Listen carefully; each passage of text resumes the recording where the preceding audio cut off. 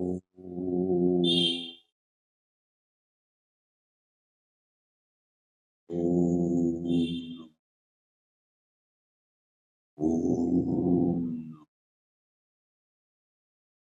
मंगलमय भीतरा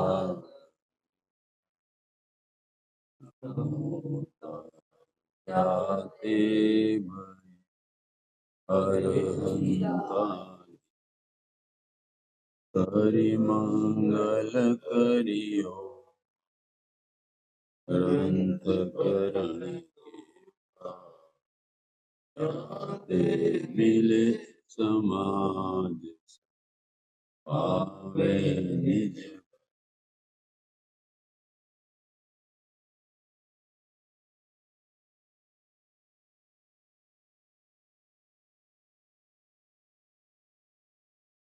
में सार इतरार विज्ञान स्वरूप से नमो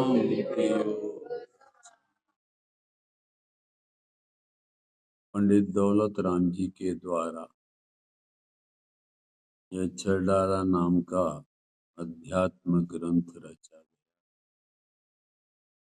और जिस ग्रंथ में पंडित दौलत राम जी ने क्रमिक रूप से इसमें वस्तु स्वरूप का निरूपण किया है, साथ ही इस छड़ाला में उन्होंने स्थूलता से विषय से प्रारंभ किया और अंतिम छड़ाला तक सूक्ष्म विषय तक ले गए। स्थूल विषय से प्रारंभ किया का अर्थ यह है कि स्थूल माने 4 गतियां और इन 4 गतियों से हम परिचित, इसलिए वो जिन 4 गतियों से हम परिचित हैं वो स्थूल विषय हुआ और उसके माध्यम से वे हमें 6वीं ढाल तक ले गए तो वो सूक्ष्म विषय माने वो सिद्ध दशा तक की चर्चा वो 6वीं ढाल में मुनि अवस्था से लेकर 6वीं ढाल तक की में जो सिद्ध भगवान की वह दशा का वर्णन किया है, वह हमारी दृष्टि से जो चतुर्थ 4 गति की गतियां हैं वह स्थूल पर्याय रूप हैं और वह हमारी सिद्ध दशा की जो चर्चा है वह सूक्ष्म पर्याय के रूप। तो इसलिए स्थूलता से सूक्ष्मता की ओर हम और आप।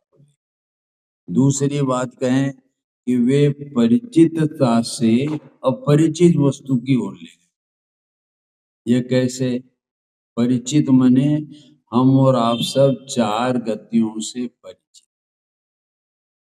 जो 4 गतियां ना, नरक है, तिर्यंच है, मनुष्य है और देव है, इन 4 गतियों से हम और आप क्या हैं? परिचित हैं और इस परिचित से अपरिचित वस्तु की ओर ले गए और वह अपरिचित वस्तु कौन? सिद्ध दशा। जिस सिद्ध दशा से हम अपरिचित हैं उस सिद्ध दशा का हमने आज तक परिचय प्राप्त करने का प्रयत्न ही नहीं किया। क्यों? हम तो 4 गतियों में परिभ्रमण करके इससे भी कोई अलग गति है वो हम और आपके ज्ञान और ध्यान में हमने लिया ही नहीं। और वह सिद्ध जो गति है वो सिद्ध गति हमारा धर्म का परिपूर्ण फल रूप में है। 4 गति तो हमारे दुख के फल रूप में है, किंतु ये सिद्ध गति हमारे सुख के फल रूप में है। इसलिए जैन दर्शन में तो यह भी कहा गया है कि सबसे पहले मोक्ष गति का स्वरूप समझना चाहिए। क्यों? कि मोक्ष गति जो है वो हमारा वीतराग धर्म का फल रूप दशा है। यदि तुम्हें फल बढ़िया लगेगा तो वह फल जिसके माध्यम से प्राप्त होगा वह बढ़िया लगेगा। यदि फल बढ़िया नहीं लगा तो समझे, हाँ जिनवन, अगर फल बढ़िया नहीं लगा तो आप उस मार्ग को नहीं अपनाए। जैसे आप सबके हृदय में क्या है कि ये दुकान खोलेंगे तो हमें 2 करोड़ की आमदनी होगी, तो आपको वह फल बढ़िया लगा तो आपने उस प्रकार की दुकान खोली। यदि आपको फल बढ़िया नहीं लगता तो आप दुकान नहीं खोलते। जैसे पिता अपने पुत्र को कहता है कि बेटा यह दुकान करो, वो पुत्र बोलता नहीं पापा मैं ये दुकान नहीं करूं, मैं तो अपने भावनानुसार इच्छानुसार ये दुकान करूंगा। तब पिता अपनी इच्छानुसार यदि वह बेटे को दुकान कराना चाहता हो तो वह पिता अपने बेटे को उस दुकान का फल बताएंगे कि देख बेटा ये दुकान करेगा तो 2 करोड़ की आमदनी साल में होगी, और तू जिस दुकान की बात कर रहा है वह दुकान करने से तो तेरे को 1 करोड़ की आमदनी है। और जब वह पिता के दुकान के फल जानता है तब वह बेटे के मुंह में लार आती है कि नहीं नहीं पिता मैं तो आपकी इच्छा अनुसार दुकान करूं, क्योंकि 2 करोड़ की आमदनी। इसी प्रकार से यह जो मोक्ष है वो मोक्ष मार्ग का फल है, और वह फल जब तक बढ़िया नहीं लगेगा तब अब तक आप मोक्ष मार्ग में सम्मिलित नहीं हो सकते। इसलिए फल वह मोक्ष का स्वरूप क्या है वो आपको पढ़ना चाहिए, खूब पढ़ना चाहिए। और खूब पढ़ोगे और जब आपको मोक्ष प्राणों से प्यारा लगेगा तब आप सोचेंगे इसका मार्ग क्या है, कि किस मार्ग पर हम चलें तो हमें यह मोक्ष मिल जावे। इसलिए जिनागम में मोक्ष के स्वरूप बहुत कम दिए गए, और वह जैसे मोक्ष मार्ग प्रकाशक में, मोक्ष मार्ग प्रकाशक में हमारे 9 अध्याय दिए हैं, और उन 9 अध्यायों में पहले तो हमारे को पंच परमेष्टि का स्वरूप बताया, फिर हमें वक्ता और श्रोता का स्वरूप बताया, फिर कैसे जिनवाणी सुनना चाहिए उसका स्वरूप बताया, ये पहले अध्याय में बताया। और दूसरे अध्याय में संसार अवस्था का वर्णन किया, और संसार अवस्था का वर्णन करके फिर उन्होंने वह तिर्यंच है ये चारों गतियों का वर्णन किया, एक इंद्रिय वगैरह सबका। और तीसरे जो हमारा अध्याय है उसमें संसार में दुख और मोक्ष में सुख, ये दोनों का वो बताया कि संसार में क्या है, बोले दुख है, और मोक्ष में क्या है, सुख है। ये तीसरे अध्याय में दौलत राम जी ने उन दोनों की तुलना की, और तुलना करके जब इसे तुलना वाली चीजों में अच्छी चीज जो लगती है वो ग्रहण करता है। सब्जी लेने भी जाते हैं तो ये सब्जी भिंडी इतने की है और ये भिंडी इतने की है। अब जब दोनों में अंतर समझता है कि हाँ ये तो सड़ी हुई है इसलिए कम दाम है, और ये अच्छी है बिना सड़ी इसलिए, तो वो ग्रहण करेगा। तो इसी प्रकार से हम और आप आज तक धर्म मार्ग में क्यों नहीं लग पाए, मोक्ष मार्ग सम्यक दर्शन ज्ञान चारित्र भी मोक्ष मार्ग में क्यों नहीं लग पाए, क्योंकि आज तक हमने यह मोक्ष मार्ग का जो फल बढ़िया है वो बढ़िया हमारे दिमाग में बैठा ही नहीं। हमें वह मोक्ष अपने को प्राणों से प्यारा लगा ही नहीं। यदि वह प्राणों से प्यारा हमें धर्म का फल लगता तो हम मोक्ष मार्ग में लगते, धर्म में लगते। और आज तक नहीं लगने का यह है कि हमने मोक्ष का जो स्वरूप है उसको जी भर कर पढ़ा भी नहीं, जी भर कर सुना भी नहीं, इसलिए मोक्ष की हमारे अंदर में महिमा ही नहीं आई। यदि महिमा आती तो जीवन उस मोक्ष को प्राप्त करने के लिए हम समर्पित करते। जगत में भी हम और आप देखते हैं कि जो चीज हमें प्यारी लगती है, तो बोलो उस प्यारी चीज को प्राप्त करने के लिए हम क्या नहीं करते, तन मन धन एक कर देते। अरे यहां तक माता बहने, उनको कोई आभूषण प्राप्त करना है और वे पति परमेश्वर से वे हर बात निवेदन करती हैं और पति परमेश्वर नहीं ला देती है, तो बस उनके पास कौन सा उपाय?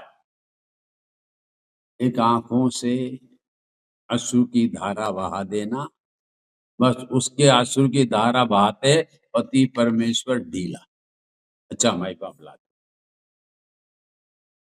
ये माने उनके पास उपाय है ना, ये वो वस्तु को प्राप्त करने के लिए वो उपाय व्यक्त कर देती है, वो पति परमेश्वर हाँ जी है। तो उसी प्रकार से हम और आप सोचो कि हम और आपको वस्तु प्राप्त करना है, मोक्ष प्राप्त करना है, तो वह मोक्ष जब तक हम और आपकी दृष्टि में महान नहीं लगेगा, तब तक हम और आप सब मोक्ष प्राप्त नहीं कर सकते।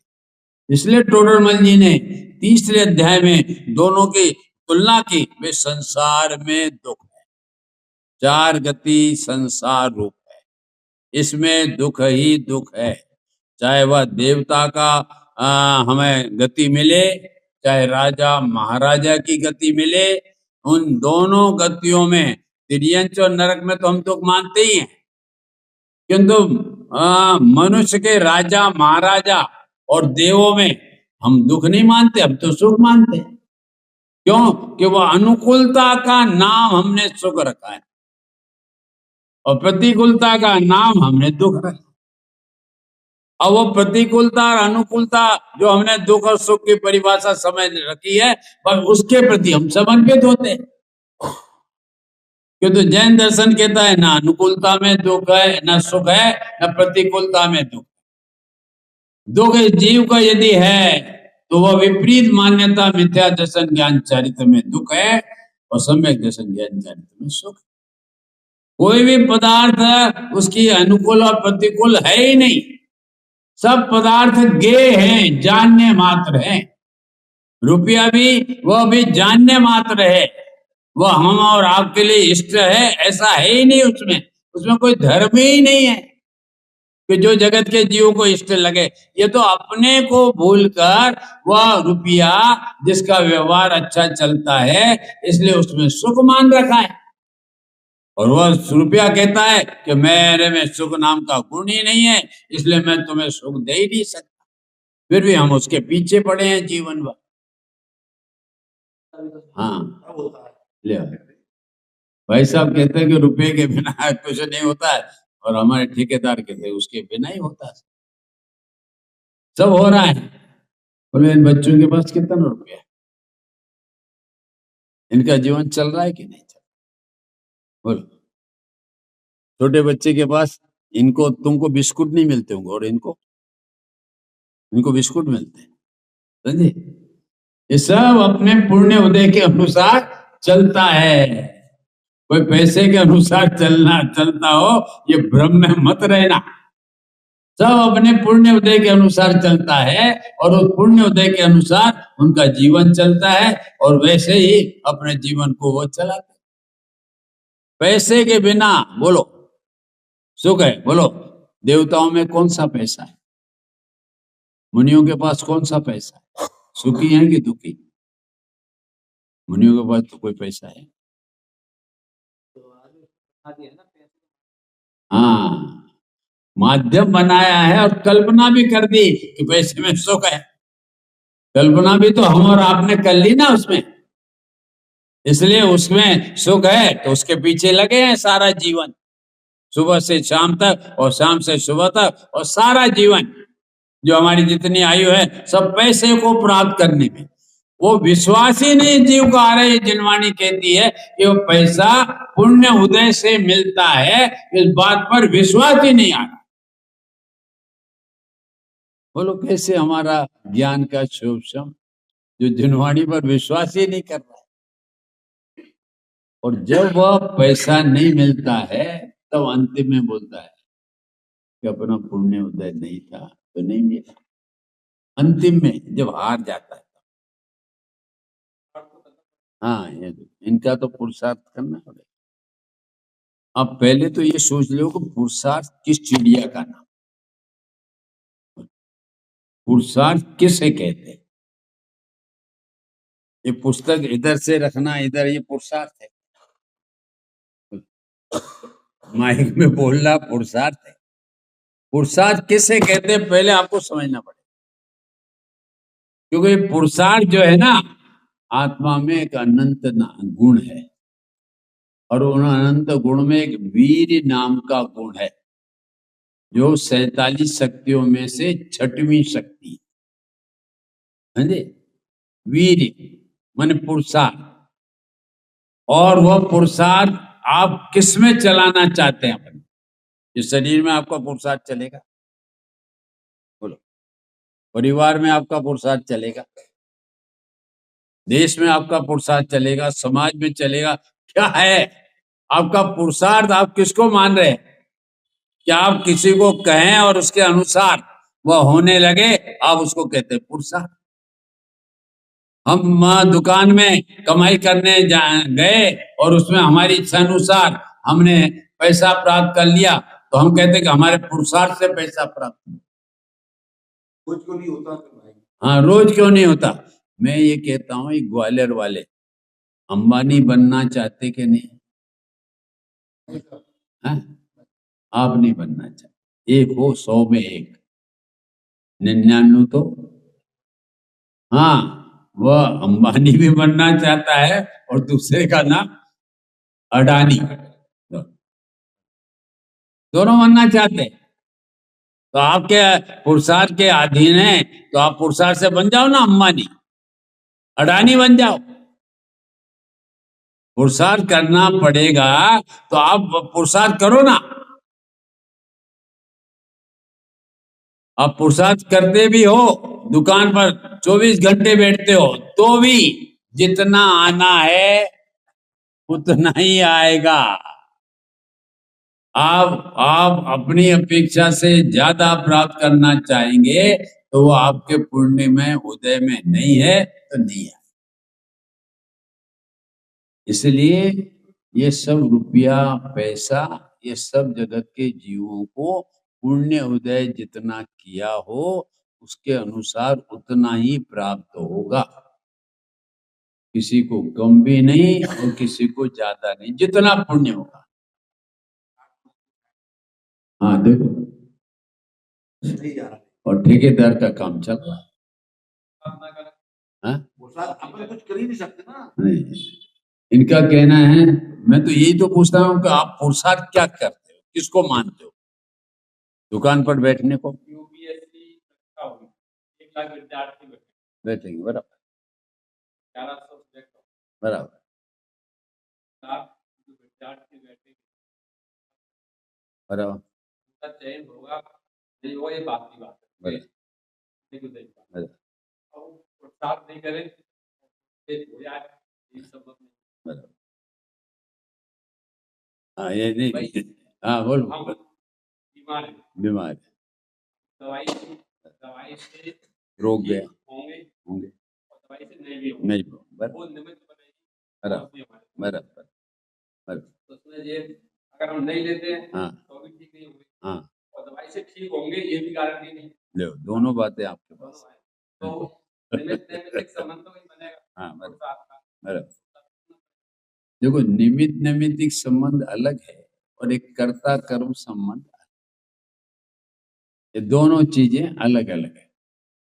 और जो आप ये कहना चाहते हैं कि वो 1100 विद्यार्थियों का चयन होगा, तो क्या वो 1 लाख के भाइयों ने पुरुषार्थ नहीं किया होगा? नहीं किया होगा तो फिर वही आ गए ना, तो फिर पुरुषार्थ की बात नहीं थी, अब भाग्य की बात हो गई।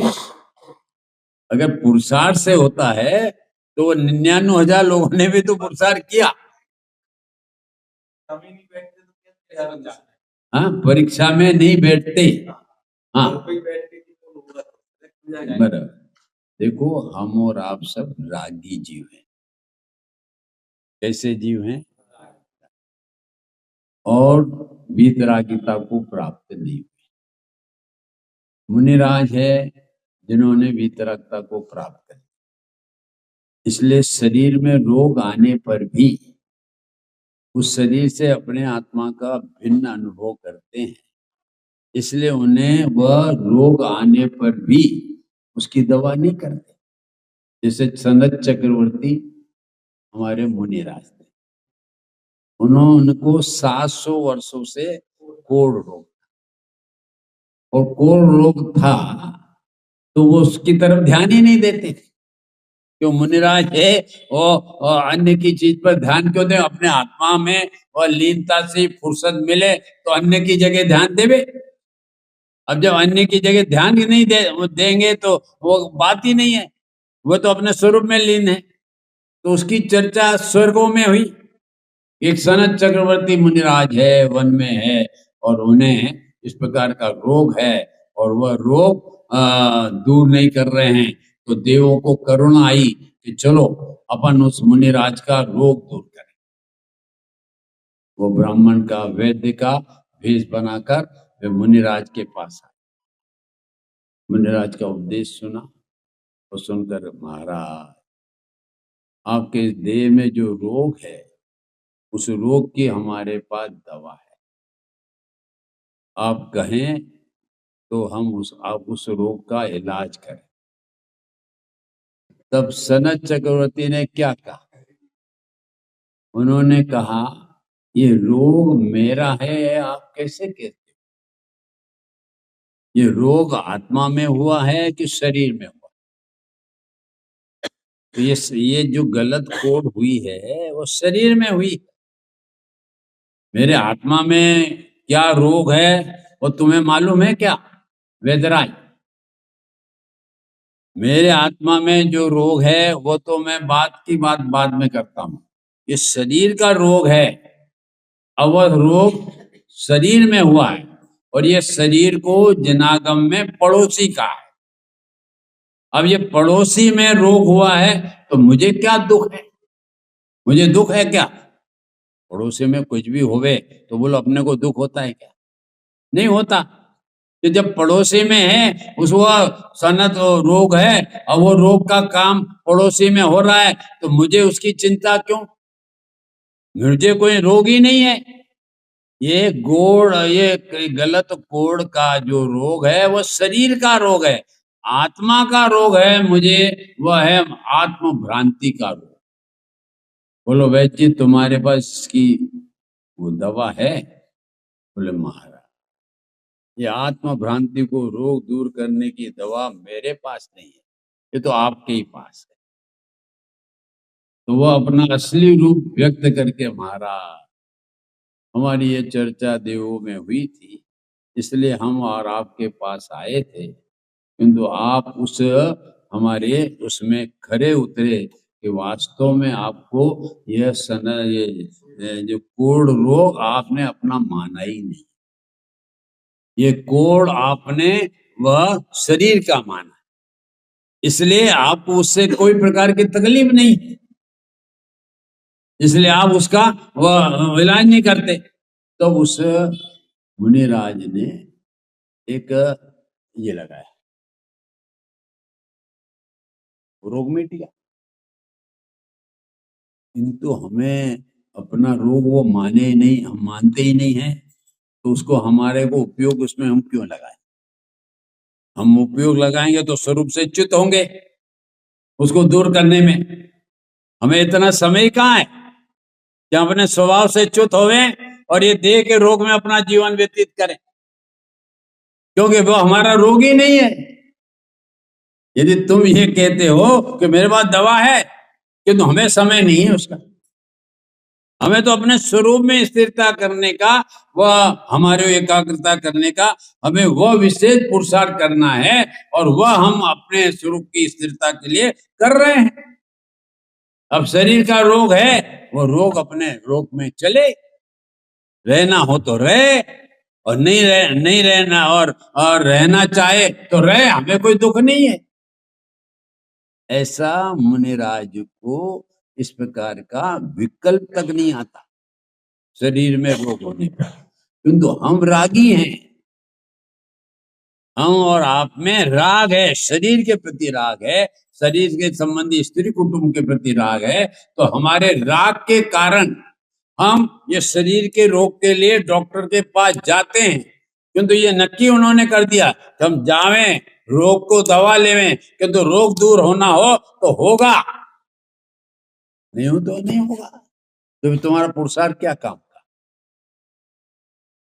तुमको राग आया और राग के अनुसार पुरुषार्थ किया, किंतु राग के अनुसार पुरुषार्थ किया और आपको वो रोग दूर नहीं हुआ, तो वो पुरुषार्थ ने आपका क्या किया? वो पुरुषार्थ वास्तव में आपका राग है, वो उतने तक ही सीमित है। रोग का दूर होना न दूर होना वह उदय के अनुसार, आपकी इच्छा अनुसार नहीं। जो आपको इच्छा हुई, ये जो आप पुरुषार्थ हुआ, किंतु उसके अनुसार रोग का दूर होना नहीं होना वह उसके अनुसार नहीं, वो उसके उदय के अनुसार।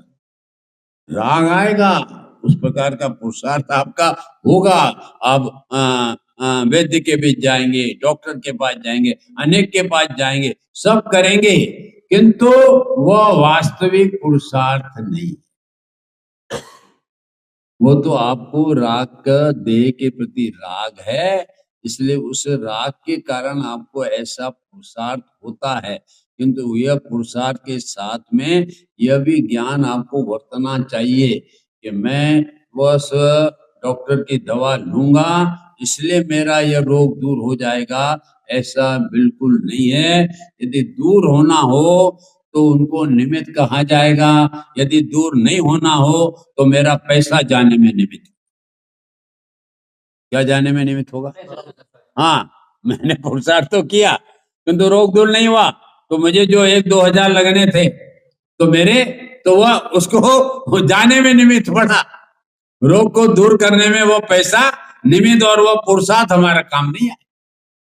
आपका पैसा आया था, ऐसा नहीं है, पाप से पैसा आता ही नहीं लाला, पुण्य से पैसा आता है।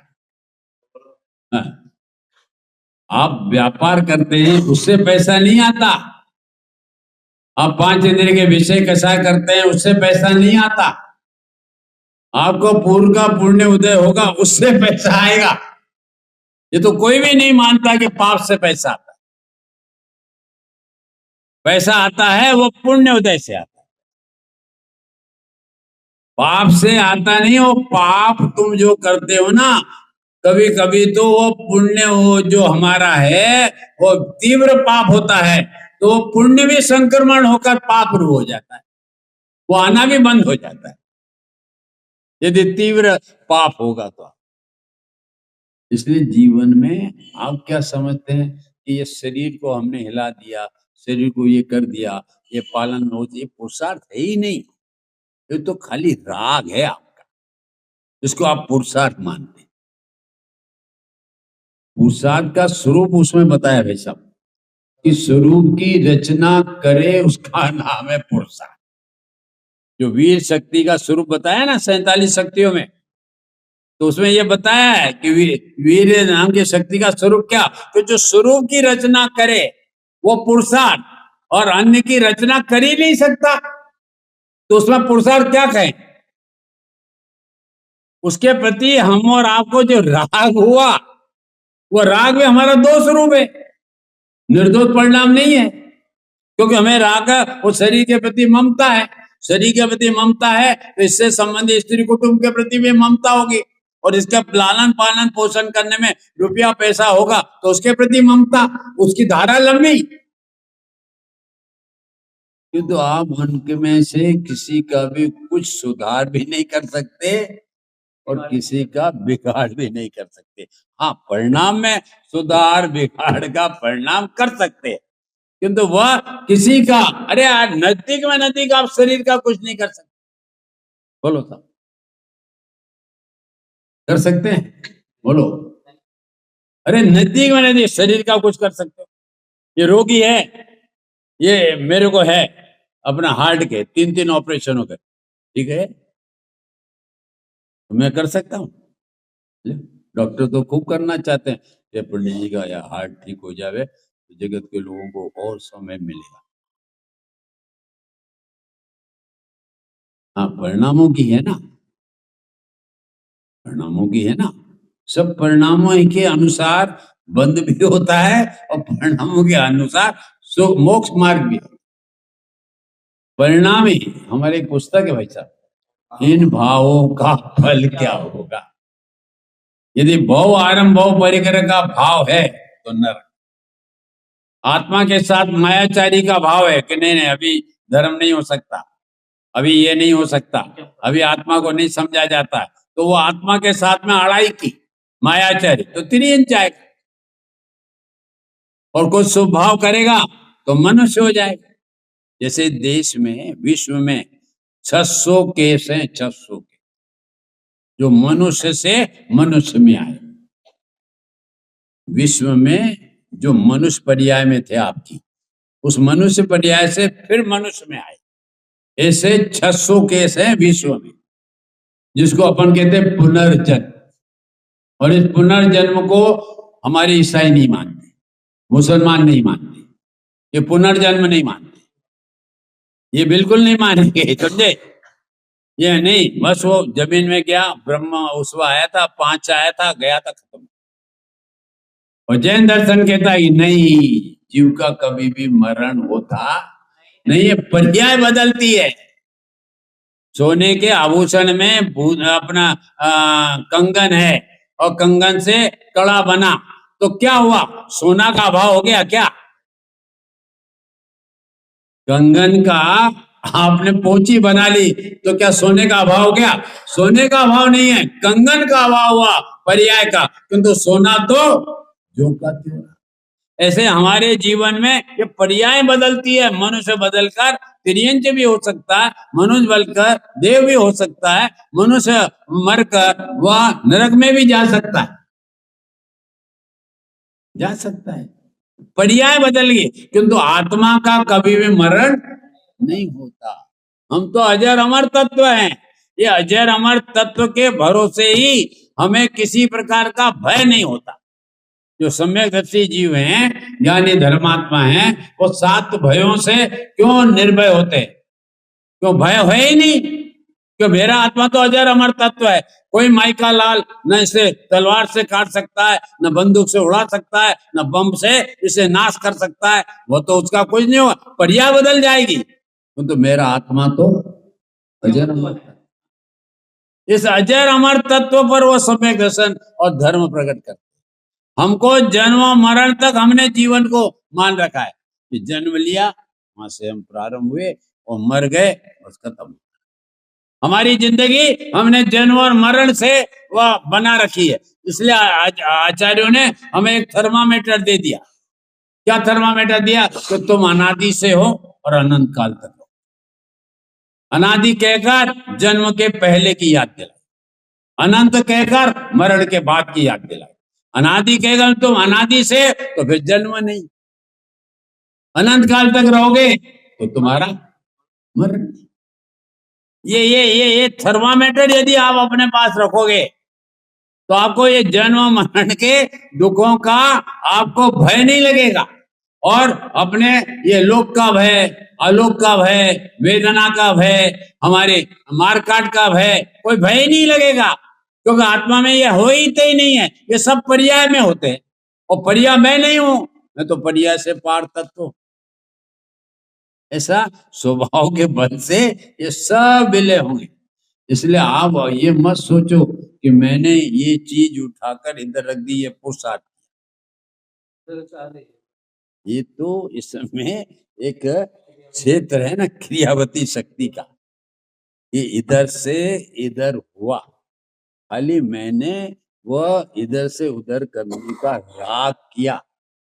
वह ज्ञानता में ज्ञानी को भी राग आएगा कि इधर से उठाकर इधर, किंतु ज्ञानी उस राग का कर्ता नहीं बनता, और अज्ञानी उस राग का कर्ता बनता है, और उसको मानता है मैंने पुरुषार्थ किया, नहीं तो यहां से ये कैसे आता। अरे ये क्रियावती शक्ति से आया,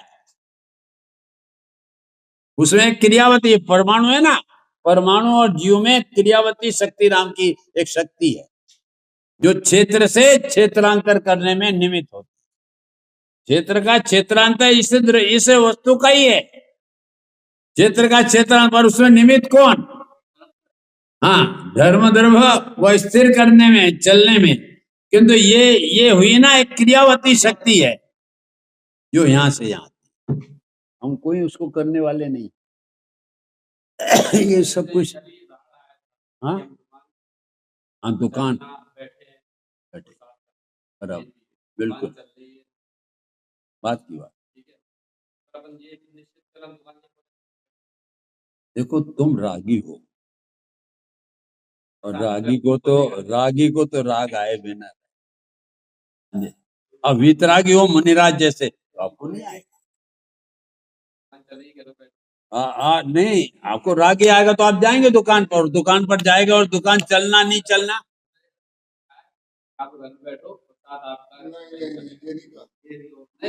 नहीं एक कोई कहते हैं ऐसा कहते हैं, हाँ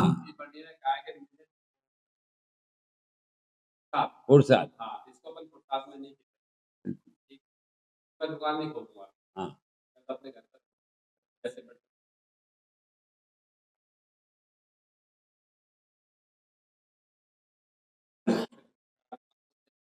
तो मैं आपसे पूछता हूँ, आप दुकान खोल सकते हैं, दुकान बंद कर सकते हैं? नहीं, दुकान माने परद्रव्य, क्या मेरी आत्मा की अपेक्षा दुकान स्वद्रव्य है कि परद्रव्य?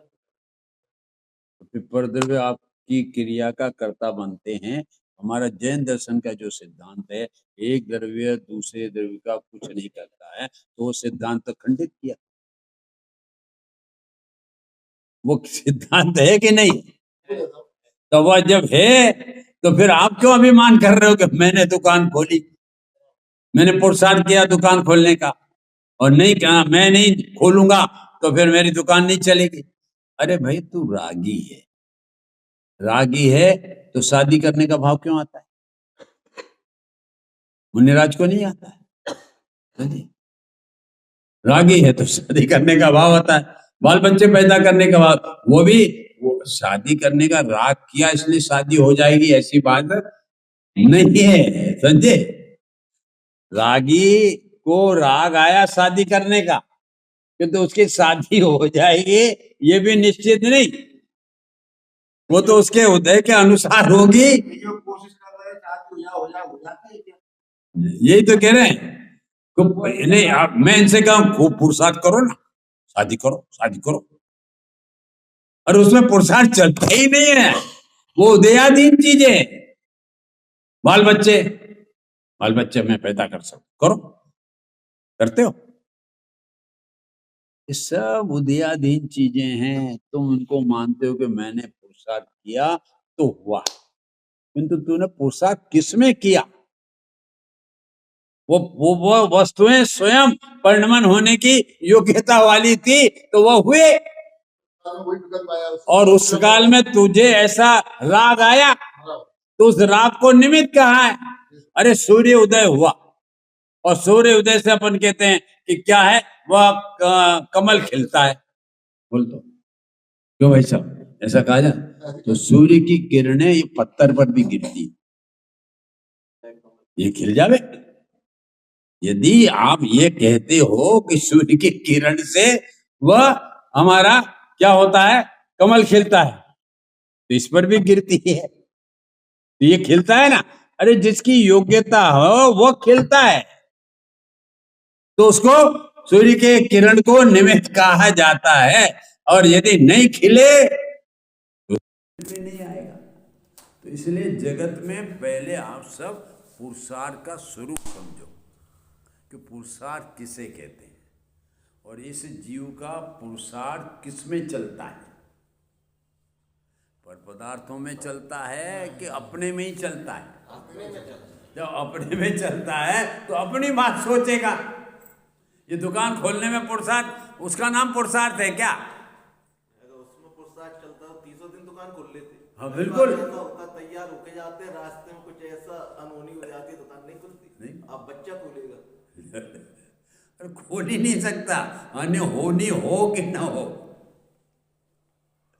पुरुषार्थ, ये जो हमारा भ्रम है ना कि हम ये इस प्रकार का करते हैं, ये इसको पुरुषार्थ मानते हैं। स्नान किया, ये हमने पुरुषार्थ से किया। मंदिर आए तो पुरुषार्थ से आए। ये पुरुषार्थ का स्वरूप ही नहीं है। पुरुषार्थ का स्वरूप तो सब सोचो। हमारे तो आचार्यों ने लिख दिया, वीर नाम का एक गुण है, वो पुरुषार्थ का एक गुण है, और उसका है स्वरूप की रचना करना। और स्वरूप की नहीं रचना करता है, राग की रचना करता है, तो उसका वह पुरुषार्थ नहीं है। उस पुरुषार्थ को नपुंसक कहते हैं। जो स्वरूप की रचना न करे और राग की रचना करे तो उसको पुरुषार्थ कैसे कहेंगे? ये जो हम और आप सब राग की रचना करते हैं और इधर से उधर ये वस्तुओं को इधर से उधर हमारी होती रहती है, और वह राग की रचना में हमें नपुंसक कहा जाता है। ये जिनवाणी में लिखा, मैं नहीं कहता। जो स्वरूप की रचना करे, अर्थात स्वरूप में एकाग्रता होने का प्रयत्न करे, वही सच्चा पुरुषार्थ है। और इसके अतिरिक्त जगत के जितने पदार्थों का परिणमन होता है, उन परिणमों में ये राग करता है, और ये राग, इसका ये सच्चा पुरुषार्थ नहीं है, ये उल्टा पुरुषार्थ जो संसार में परिभ्रमण का कारण। ऐसा है, बड़ी मुश्किल है समझना में। ये पुरुषार्थ के चक्कर में ही चक्कर चलता है। तो फिर हम कुछ नहीं करे, घर बैठे रहे। और तू घर बैठ ही नहीं सकता, समझे? घर ये रागी जीव है भाई जी। बोलो, अब इसी आसन पर बैठे रहोगे? ये घर पे बैठा, वो घर भी तो अपना नहीं है। घर वाले कहेंगे जाओ। हाँ, जाओ जाओ, कहे जाओ, पर ये जाने की योग्यता होगा तो जाएंगे, नहीं जाने की होगे तो जाएंगे नहीं। मैं यहाँ कह रहा हूँ कि आप पुरुषार्थ करते हो तो 1 घंटा यहाँ बैठे हो, अभी बैठे रहो। नहीं बैठ सकते, स्थिर बैठे रहो। अरे अरे, वो शरीर का परिणमन है, तो इसमें क्या कर सकता है? ये बैठना, उठना, चलना फिरना किसका कार्य है? शरीर का कार्य है। अब शरीर मेरे से परद्रव्य है, उसमें तेरी कुछ शक्ति चलेगी क्या? अरे शक्ति चलती है तो वह हमारे ये सभी लोग, हमारे ये चेतन है, मोटा होना चाहता है, हो ही नहीं रहा है। ये गोरा होना चाहता है, गोरा ही नहीं हो रहा है। यदि इसका पुरुषार्थ पर में चलता तो बोलो चेतन गोरा नहीं हो जाता? कौन क्यों काले रहता? फिर हम पैदल कर चलते, उड़ते ना, उड़ते मेरे हाथ में दर्द सही नहीं हो रहा। हाँ? सही नहीं, हाथ में दर्द सही नहीं हो रहा, सही कर लेता मैं, अगर करने वाला होता तो। हाँ, कोई नहीं। पर पदार्थ में हमारा पुरुषार्थ नहीं चलता, पर पदार्थ में हमारा उसके प्रति राग चलता है, बस। उसको हम पुरुषार्थ समझते हैं। पुरुषार्थ तो हमारा स्वरूप की रचना करे, वो वास्तविक पुरुषार्थ। और जो स्वरूप की रचना न करे और पर की रचना करने का भाव करे, वो पुरुषार्थ नहीं है, वो उल्टा पुरुषार्थ है। पर की मैं कुछ कर नहीं सकता, किंतु पर में करने का जो राग उठा, वो राग उसका उल्टा पुरुषार्थ। वो वस्तु के संबंध में ये समझ ले कि ये वस्तु का परिणमन जैसा है वैसा है, ऐसा उसका ज्ञाता दृष्टा है, वो वास्तविक पुरुषार्थ है। और उसमें कुछ हेर फार करे, वो उसका वो राग बना, वो उल्टा पुरुषार्थ। सुलटा और उल्टा पुरुषार्थ। सुलटा धर्म का कारण है और उल्टा संसार कारण है, वह दुर्गति का कारण। ये पुरुषार्थ का स्वरूप पढ़ लो, तब आपको ख्याल में आएगा कि हमारा पुरुषार्थ किस किस में चलता है। विपरीत मानता पड़िए पूरी की पूरी। हाँ, बस वही है, किस किस में हमारा पुरुषार्थ चलता है। पुरुषार्थ का स्वरूप पढ़ोगे तब। आपने स्वरूप पढ़ लिया कि स्वरूप की रचना करना उसका नाम पुरुषार्थ है, ये पढ़ लिया। अब इसका अर्थ ही हो गया कि इस पुरुषार्थ का कार्य अपने स्वरूप की रचना में, किसी पर की स्वरूप की रचना करने में इसका पुरुषार्थ कार्यकारी नहीं है। और वह पर की जो क्रियाएं होती है वह अपने अपने कारण से होती है, अपनी क्रियावती शक्ति के कारण से होती है, अपनी भाव शक्ति के कारण से होती है। और धर्म के चलने के निमित्त रूप से होती है, वो कुछ नहीं। दूसरी बात है, हम और आपको अभी जो कर्ता कर्म अधिकार चल रहा है ना, उसमें यही बताया जा रहा है कि कर्ता कर्म संबंध किसके बीच में है। हमें कर्ता कर्म का स्वरूप का पता नहीं है। हम अपना कर्ता कर्म संबंध पर में स्थापित किए हुए हैं, ये शरीर में, परिवार में, दुकान में। तुम्हें कर्ता कर्म का स्वरूप ही पता नहीं है। हाँ, ये कर्ता कर्म का स्वरूप बताया मैंने पहले दिन 2-3 बार बताया कि कर्ता उसे कहते हैं जो स्वतंत्रपने तन्मय होकर जो कार्य को करे, उस कार्य का उसे कर्ता कहा जाता है। कर्ता के इष्ट को कार्य कहा जाता है। क्या अर्थ है कि जो कर्ता और कर्म का संबंध कैसा है, जो स्वतंत्रपने और तन्मय होकर उसी रूप होगा। जैसा घड़ा बन रहा है वो कार्य है, और उस घड़ा बनने के उसमें वो मिट्टी स्वयं ही उसमें तन्मय होकर परिणमित होती है। इसलिए उस घड़े को कर्ता वास्तविक में वह मिट्टी है। कुम्हार खाली राख करता है, वो तो उसको स्पर्श भी नहीं कर सकता मिट्टी को। समझदार की तीसरी बात है कि एक द्रव्य दूसरे द्रव्य को स्पर्श ही नहीं कर सकता। जब स्पर्श ही नहीं कर सकता तो उसको बना कहां से सकता है? बना ही नहीं सकता। तो उसके उपादान शक्ति रूप से परिणत वो स्वयं ही क्रियावती शक्ति से वह मिट्टी स्वयं ही परिणमित होकर घड़ा रूप परिणमित होती है, तब कुमार को घड़ा का निमित्त कहा जाता है।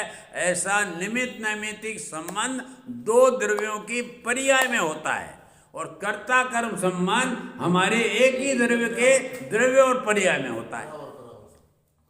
ये स्वरूप। अब आप सोच लो, अब दुकान का कर्ता और दुकान तुम्हारा कर्म, ये कर्ता कर्म संबंध सही है क्या? वो तो परद्रव्य है, उसकी क्रिया का कर्ता आप हो ही नहीं सकते। कर्ता कर्म संबंध एक द्रव्य में, और निमित्त नैमित्तिक संबंध सारे जगत में फैला हुआ है, और हम उसको निमित्त नैमित्तिक को कर्ता कर्म संबंध माने बैठे। हाँ, वो बड़ी भूल है। हम दुकान खोलते हैं, और दुकान तो अपने आप खुलती है, उसमें मात्र तुम्हें राग हुआ, वो राग निमित्त, और दुकान खुलना हुआ नैमित्तिक। ये दोनों के दो द्रव्यों के बीच में उनके पर्यायों में जो कार्य होता है उसे निमित्त नैमित्तिक संबंध कहते हैं, और एक ही द्रव्य में हमारा जो कार्य और कर्ता का पना होता है उसे कर्ता कर्म कहते हैं। सोना कर्ता और आभूषण उसका कर्ता। सुनार नहीं, बाइक रोटी का आटा कर्ता, और वह रोटी बनी वह कार्य। तो आटा कर्ता और रोटी बनी वह कार्य, किंतु बाई कर्ता नहीं है, बाई निमित्त है। और जब बाई को निमित्त कहेंगे तो हमारी रोटी के कार्य को नैमित्तिक कहेंगे, और जब हमारा वह आटा स्वयं परिणमित होकर वह रोटी रूप होता है तो आटे को कहेंगे कर्ता, और रोटी हुई है वह कर्ता। ऐसा है वस्तु का स्वरूप। ये कर्ता। जैसे मैं दिन भर मैं सोचता हूँ सुबह 7 बजे दुकान खोल लूँ, और रात में 10 बजे दुकान खोलूँ, बंद करो, और उसमें ग्राहक के लिए बोलो। अपन मैं फिर इसमें आ रहा हूँ कि मैं खोलूँ, इसको बंद करके मैं 11 बजे से 5 बजे 6 तक खोलूँ, तो जो उदय होगा वो तो आ ही जाए 11 से 6 बजे सुबह से आएगा। जितना उदय होगा, अब 4 घंटे खोलो कि 12 घंटे खोलो, दुकान खुली रहो, तो जितना आना हो उतना ही आएगा। खोलने से उसका कोई संबंध नहीं है। बस कमाएगा ना ज्यादा आएगा। बोलो भाई साहब का। हाँ बोलो। आ गया प्रसाद, आ गया हाँ, प्रसाद की बात समझ में आ गई। आत्मा का जो कार्य है, आत्मा के जो कार्य है, कल्याण के लिए करेंगे वो प्रसाद जाएगा। हमारे दैनिक कार्यों को प्रसाद में नहीं जोड़ा जाएगा। नहीं, उल्टा पुरुषार्थ। वो राग की कार्य है, और वो उल्टा पुरुषार्थ। स्वरूप से च्युत हुए ना, स्वरूप की रचना करे वो उल्टा पुरुषार्थ, और स्वरूप को छोड़कर राग के अनुसार चले वो उल्टा पुरुषार्थ है। पुरुषार्थ किंतु उल्टा है। उल्टा है। हर कार्य दो रूप है ना, एक उल्टी एक सुलटी। स्वाभाविक विभाव। हाँ, स्वरूप की रचना करे वो उल्टा पुरुषार्थ, और स्वरूप को छोड़कर अन्य की क्रिया करने में अपना उपयोग लगावे वो उल्टा पुरुषार्थ। वो पुरुषार्थ उसका उसमें कुछ कर नहीं सकेगा, राग कर सकेगा बस। उसकी सीमा इस जीव की राग तक है, किंतु परद्रव्य का एक एक परमाणु वो उसकी क्रिया स्वयं परिणमित होकर उसका वो करता है। ये तो खाली राग है बस, उसकी क्रिया का कर्ता नहीं बन सकता। अगर क्रिया का कर्ता बनता तो कब से अभी हम और आप सब अरबपति और खरबपति बन जाते। कोई नहीं बन सकता, सब स्वतंत्र है, कोई किसी का। ये हमारा जैन दर्शन का महासिद्धांत है। जो मैंने एक दिन कहा था, वो जर्मनी ने जो आकर हमारे फूलचंद जी पंडित ने उसका मूल बताया। बनारस में जब हाँ, कि हमारा जैन दर्शन का मूल दो चीज़ें, एक वस्तु की स्वतंत्रता और दूसरा एक स्वाश्रय के आश्रय से धर्म होता है। स्वाधीन।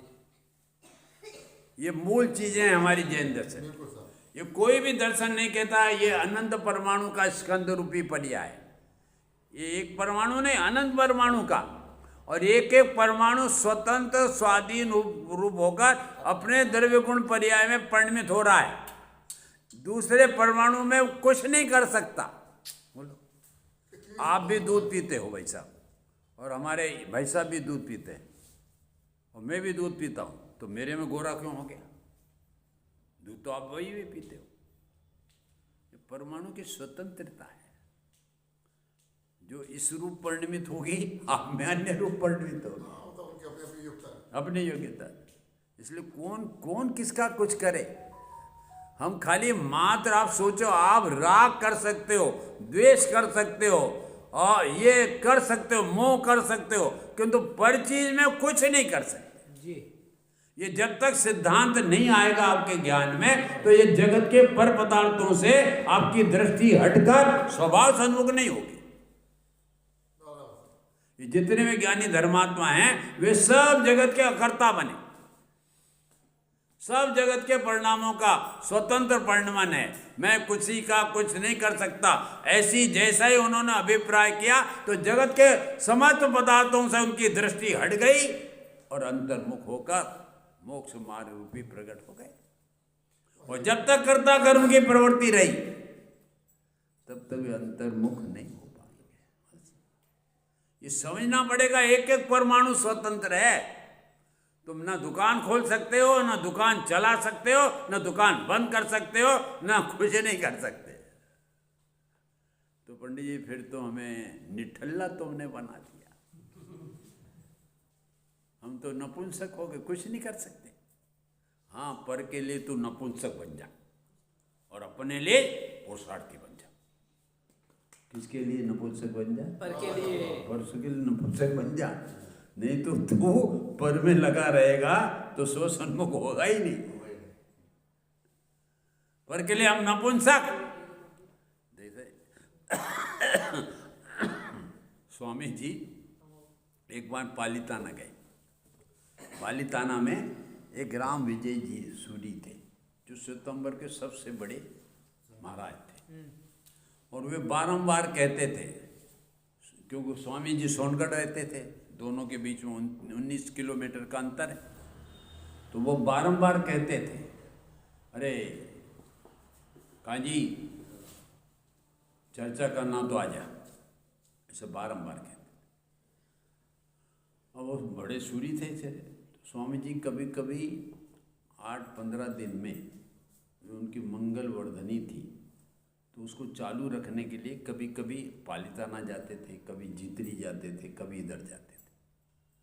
तो एक बार उनको विचार आया कि ये राम सूरी विजय जी अपने को बुला रहे हैं, चलो अपन पालीताना चले। तो वो चंदू भाई वगैरह और पालीताना जाकर राम सूरी विजय जी से बोले, आ गए? हाँ आ गए साहब। चर्चा करनी है। बोले करो, आपने कहा था कि चर्चा करेंगे इसलिए हम आए हैं। तो स्वामी जी ने कहा कि चश्मे से देखता है कि आत्मा आत्मा से देखता है। किससे देखता है? ज्ञान देखता है कि चश्मा देखता है? बोलो। बोले कांजी ये चश्मा है तेरा, उतार कर तू बता, तेरे को दिख रहा है क्या? चश्मे से तो दिख रहा है, चश्मे बगैर देख, बता। तो स्वामी जी ने को जब उसने ये उत्तर दिया रामसूरी जी ने कि चश्मे से ही देखता है, नहीं तो उतार के देख, तो स्वामी जी ने कहा कि चर्चा थई गई। समझे? चर्चा हो गई। कैसे हो गई? कि जब तुम्हें दो द्रव्यों की एकता है, अब वो एकता वाले से क्या चर्चा करेंगे? सही बात है।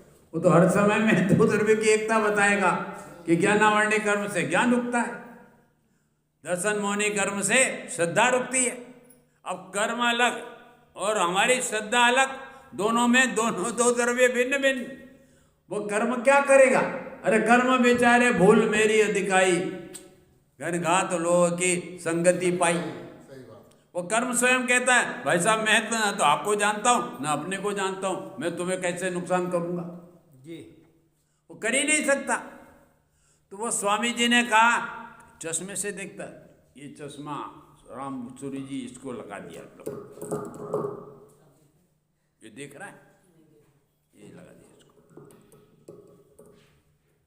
कुछ पकड़ में आया भाई जी माइक को देखना चाहिए। कि ये चश्मा से देखना होता है, तो ये लगा दिया इसको। चलो तो इसको भी देखना चाहिए ना। अरे महाराज ये जान ही देखता है और जानता है, ये पर पदार्थ देखने जानने का काम ही नहीं करते, क्योंकि उसमें अचेतन है। बस ये समझ गया कि जब तुम्हारे में दो द्रव्य की एकता है, अब हम आपसे क्या चर्चा करें। उड़ गए स्वामी जी। अच्छा अच्छा कांजी डर गया। हाँ डर गए सब। क्यों? कि कसाय से डर लगता है। किसे डर लगता है? कसाय से। आपसे नहीं, कसाय से डर लगता है कि और चर्चा करेंगे और आप कसाय में आ जाओगे। तुम्हारा इससे डर लगता है, कसाय से। इतनी बढ़िया बात कही हैं? हाँ। और चले आए भाई साहब, ये बात ज्ञान ही कर सकते हैं। समझे? नहीं बैठो, क्योंकि ज्यादा चर्चा करेंगे तो ये अभी गर्मी खा लिए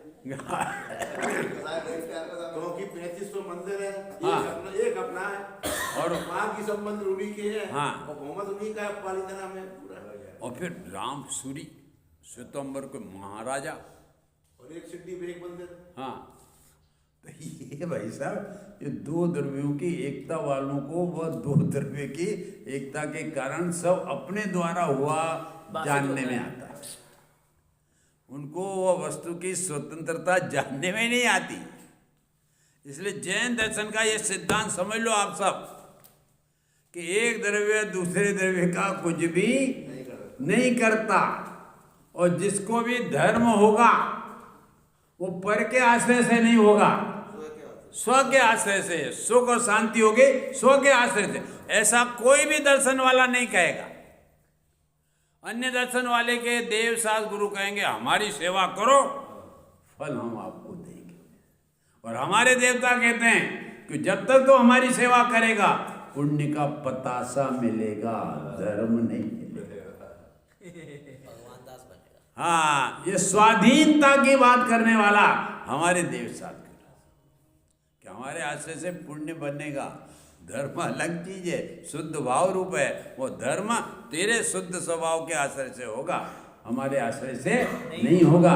ये बात कौन कहे भाई साहब? ये मात्र वितराग दिगंबर संत ही और भगवान कह सकते हैं, अन्य कोई कह नहीं सकता। इसलिए जैन दर्शन सब धर्मों में महान है। उस जर्मनी वाले ने स्वीकार किया। क्या महाराज सही बात है। आप जो कह रहे हो ना कि आपका दिगंबर जैन दर्शन का झंडा डंडा अलग इसलिए है, बिल्कुल बराबर है। आप हिंदू धर्म में नहीं मिल सकते, क्योंकि हिंदू धर्म में मिलने में तो सब वो खिचड़ा है। एक द्रव्य दूसरे द्रव्य का कर्ता मानते हैं, मेरे बिना पत्ता नहीं हिलता, और हमारे कहते हैं कि वह पत्ता भी पत्ते के कारण हिलता है, हवा के कारण नहीं हिलता। किसके कारण? पत्ते की योग्यता के कारण। हाँ, हवा भी नहीं हिला सकती। ऐसे वह एक पत्ते की स्वतंत्रता है। अब तुम्हारे बिना तो पत्ता ही नहीं था, हमारे अल्लाह के बिना तो कुछ होता ही नहीं, ईश्वर के बिना कुछ होता ही नहीं है। ऐसी पराधीनता की चर्चा दिगंबर दर्शन में नहीं है, स्वतंत्रता और स्वाधीनता की चर्चा है। और ये चर्चा है इसलिए आप स्वतंत्र हो सकते हो। यदि जैन दर्शन में पराधीनता की बात होती तो आप कभी स्वतंत्र हो ही नहीं सकते। आपको तो सदा देवसात गुरु की शरण में ही रहना पड़ेगा, और देवसात गुरु की शरण में रहोगे तो पराधीनता की शरण में। और भगवान कहते हैं कि मेरी शरण क्यों आता है, तो अपनी शरण में जाना, तेरा भगवान अंदर में है, वो तुझे शरण देगा। गुरु भी कहता है कि मेरे पास क्यों आता है, तो अब तेरा गुरु परम गुरु तेरे अंदर में है, तो उसके बाद जाना।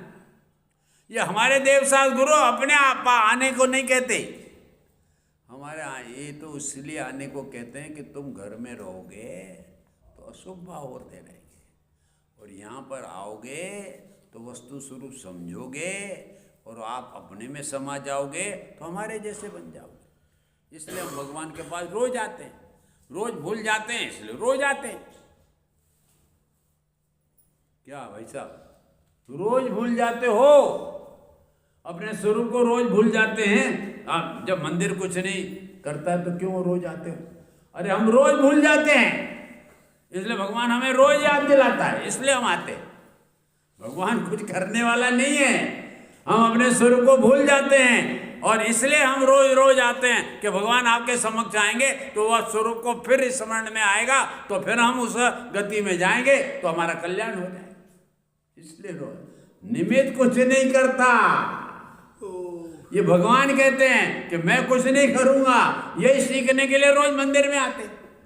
ये निमित्त कुछ नहीं करता, स्वयं का आत्मा स्वयं करेगा। हम निमित्त है तो निमित्त कब कहलाएगा कि तू स्वयं अपना कार्य करेगा, तब हम पर निमित्त का आरोप आएगा। नहीं तो हम तेरे में निमित्त भी नहीं। आज तक बोलो हमारे निमित्त ही नहीं बना पाया, क्यों? हम अपने कल्याण के मार्ग पर चले ही नहीं, तो कहाँ से होगा? तो इसलिए ये जैन दर्शन है ना, महान दर्शन है, जो हम और आपको अपने जीवन में मिल गया है। इसलिए इस मिले हुए जीवन को समर्पण आत्मा के कल्याण के लिए कर दो, तो शादी अनंत काल तक सुख और समाधि में रहने का आपको अवसर मिल जाएगा। एक भाव आप लगा दो बस ईमानदारी से, महाराज हम और आपको वो गारंटी देते हैं कि तुम्हारा कल्याण होगा। अन्य कोई गारंटी नहीं दे सकता, अपना आत्मा का गारंटी देता है बस, कि एक भाव तुम आत्मा में लगा दो बस। तो इस प्रकार से ये छठमाला की चर्चा है, आगे करेंगे।